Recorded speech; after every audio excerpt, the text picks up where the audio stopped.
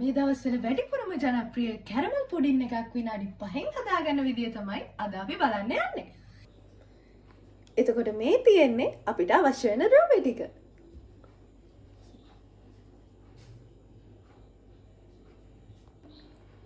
මුලින්ම අපි අපේ මිශ්‍රණය මේ විදිහට භාජනයකට දාගන්න ඕනේ.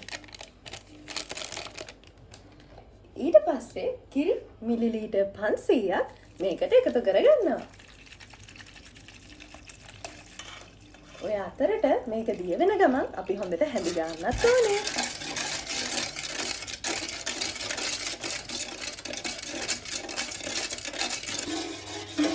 දැන් අපි මේක දිගේ තියලා උතුරනකන් හැඳි ගන්නවා.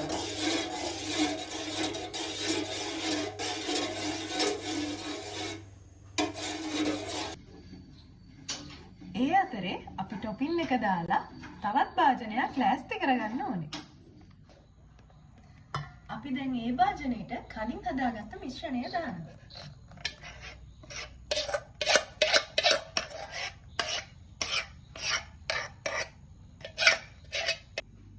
ඉතින් මේ තියෙන්නේ අපි හදාගත්ත කැරමල් පුඩින් එක.